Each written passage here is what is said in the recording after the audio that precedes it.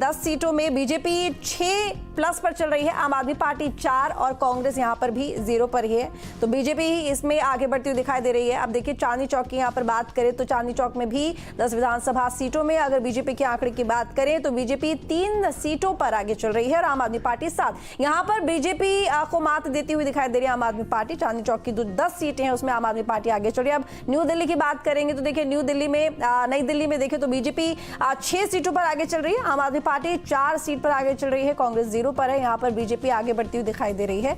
और इसके साथ ही आप बात करेंगे वेस्ट दिल्ली की। वेस्ट दिल्ली की अगर हम बात करें तो इसमें जो बीजेपी, कांग्रेस और आम आदमी पार्टी का आंकड़ा क्या कह रहा है, तस्वीरी ग्राफिक्स के जरिए आप समझ सकते हैं। बीजेपी 9 सीटों पर आगे है, आम आदमी पार्टी पश्चिम दिल्ली में बहुत कम, महज 1 सीट पर आगे चल रही है, कांग्रेस यहां पर भी 0 पर दिखाई दे रही है।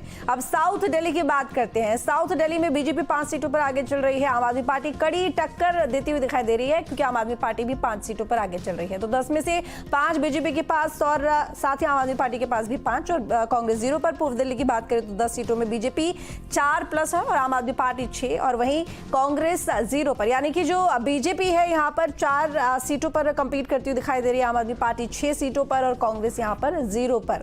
तो देखिए यहां पर जो तमाम लोकसभा वाइज सीटें पड़ती हैं उसको लेकर हमने आपको जानकारी दी और कहीं ना कहीं जो बीजेपी है वो बढ़त लेती हुई दिखाई दे रही है। दिल्ली में बीजेपी की जो 6 सीटें उस पर बढ़त है और साथ ही दिल्ली में बीजेपी की 6 सीटों पर ये बड़ी बढ़त। मुस्लिम बहुल इलाके जो थोड़े से हैरान कर देने वाले हैं क्योंकि जब यहाँ पर दंगे हुए तो उसमें ये वही इलाके थे जिसने बीजेपी को पूरी तरह से नकार दिया, लेकिन मुस्लिम बहुल इलाके मुस्तफाबाद में बीजेपी का क्लीन स्वीप दिखाई दे रहा है। मुस्तफाबाद से बीजेपी के मोहन बिष्ट 31,648 वोटों से आगे चलते हुए दिखाई दे रहे हैं। करावल नगर से बीजेपी के कपिल मिश्रा 18,174 वोटों से आगे चल रहे हैं।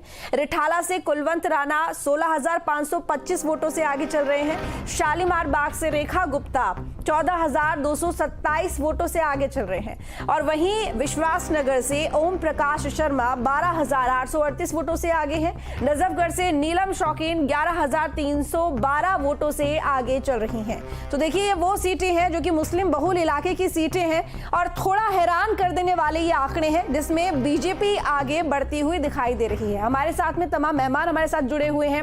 ओपी सिंह प्रवक्ता है बीजेपी के, एसके दुबे प्रवक्ता है एसपी के। एसके जी, अभी आप यहाँ पर बात कर रहे थे कि देखिए जो आंकड़े आ रहे हैं उसमें क्या कहा जा सकता है, लेकिन इलेक्शन कमीशन के ऊपर आपने आरोप लगा दिया पूरी तरह से कि वो यहाँ पर बटा हुआ दिखाई दे रहा है। ओपी जी, थोड़ी देर पहले मैंने आपसे ये सवाल किया था कि यहाँ पर समाजवादी पार्टी जरूर पीछे दिखाई दे रही है, लेकिन इलेक्शन कमीशन के ऊपर आरोप लगातार लगते रहते हैं और एक बार फिर से उन्होंने यही मढ़ दिया आरोप कि इलेक्शन कमीशन जो है कहीं ना कहीं दुमात करता है।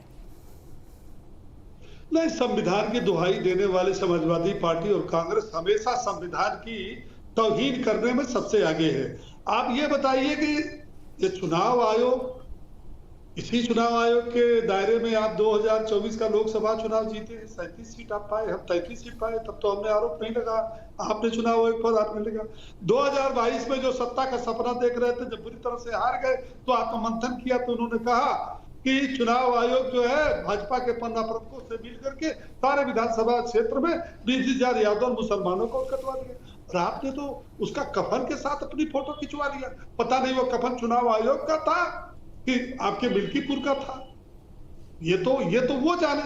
देखिए, आपको जनादेश को स्वीकार करना चाहिए, जनादेश को सम्मान देना चाहिए और अपने अंदर कमियों को ढूंढना चाहिए।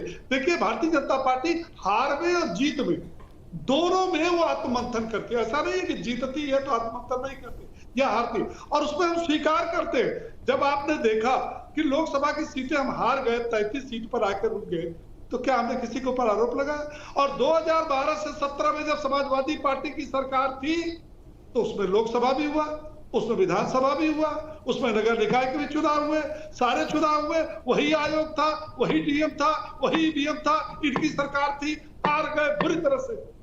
किसको कहेंगे? तब वहां तो भारतीय जनता पार्टी की सरकार नहीं थी। आपको अपनी कमियों को, अपने दुर्गुणों को पर सुधार लाना चाहिए। आप ऐसे व्यक्ति नहीं हैं। आप वंशवाद के कारण 12 से 17 में आप सरकार का मजा ले चुके। 4-4 बार आपकी उत्तर प्रदेश में सरकार रही है, वो जनता उस भयावह, उस भ्रष्टाचार, उस कानून व्यवस्था की धज्जियां उड़ाने वाले मुख्तार अंसारी, अतीक अहमद, बड़े बड़े गुंडों और बदमाशों को भूली नहीं है। आतंकवाद का समर्थन करने वाले हाईकोर्ट में काशी, अयोध्या और लखनऊ में सीनियर बम ब्लास्ट के आतंकवादियों का केस छुड़ाने वाले अखिलेश यादव भूली नहीं है। तो आप कैसे करते हैं? आपको तो गिन गिन के बदला देना पड़ेगा ना, जनता तो वसूलेगी ना। आप चाहे जितना आरोप प्रत्यारोप लगा लीजिए। अब तक आप कह रहे थे ऋतु जी, कल मैं देख रहा था, कह रहे थे कि मिल्कीपुर में हमारे वोटों को, भाई हमारा वोट कैसा होता है? हमारा तुम्हारा वोट क्या होता है भाई? हमारा तुम्हारा वोट तो कुंदरकी में भी था, दिल्ली के मुस्तफाबाद, शालीमार और नजफगढ़ में भी हमारा तुम्हारा वोट है। आप क्यों उसको हमारा तुम्हारा करते हो? हमारी तरह सबका साथ सबका विकास की तरफ क्यों नहीं चलते हो? ठीक है, यानी कि ओपी सिंह जी, आपका कहना है कि सबका साथ, सबका विकास और सबका विश्वास की जो बात करती है बीजेपी, उसी के आधार पर आप ये जो चुनाव है जीतते हुए दिख रहे हैं। एसके जी, आपका रुख करूंगी। क्या ये कहीं ना कहीं सहूलियत है क्या कि अगर लोकसभा चुनाव में अपने हक में परिणाम आता है तो इलेक्शन कमीशन ठीक है, अब मिल्कीपुर में जो परिणाम है वो अपने अनुसार नहीं है, तो आपने आरोप लगाने शुरू कर दिए? नहीं, आपने देखा हो कि हमारी 37 सीटें आई हैं, फिर भी हमने ईवीएम का मुद्दा उठाया।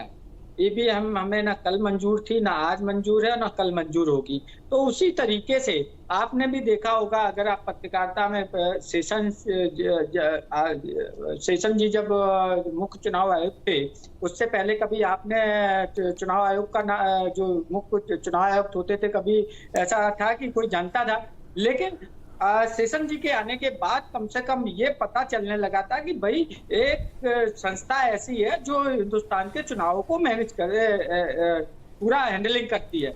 लेकिन अब वो दौर फिर आ गया है जहां पर चुनाव आयोग एक कठपुतली की तरीके से काम करने लगा है। आप निष्पक्ष होइए। देखिए, हमें फायदा मिले ना मिले, किसी भाजपा को फायदा मिले ना मिले, इससे कोई लेना देना नहीं होना चाहिए। आप एक निष्पक्ष भूमिका निभाइए, उसमें जिसको जनता जनार्दन चाहेगी वो सत्ता में आएगा, जिसको जनता जनार्दन विपक्ष में बैठाएगी वो विपक्ष में बैठेगा। लेकिन कम से कम आप अपनी ईमानदारी के साथ, निष्पक्षता के साथ अपना काम करिए। मैं आपको बता दूं, एक चीज बता रहा हूँ, बहुत अहमियत वाली बात है। कितने आईएएस ऑफिसर जो होते हैं वो चंद नेताओं के गुलाम हो जाते हैं। मैं बड़ी परिपक्वता के साथ आपके चैनल पे बोल रहा हूँ इस बात को। चंद नेताओं के गुलाम हो जाते हैं और नेता जैसा बोलने लगते हैं, वो वैसा ही करने लगते हैं। अरे उनके लानत है उनके आईएएस बनने पर। उनको तो कम से कम वो अपनी काबिलियत के दम पर आईएएस बने हैं, उन्हें जो सिस्टम सही बता रहा है उसको करना चाहिए। आईएएस आईपीएस ऑफिसर ऐसे नहीं बनते हैं, लेकिन वो चंद लालच के चक्कर में नेताओं के जब गुलाम हो जाते हैं तो निश्चित तौर पर प्रश्न वहां पे भी लगता है। ऐसे नाम आपने सुना होगा, खेमका जी।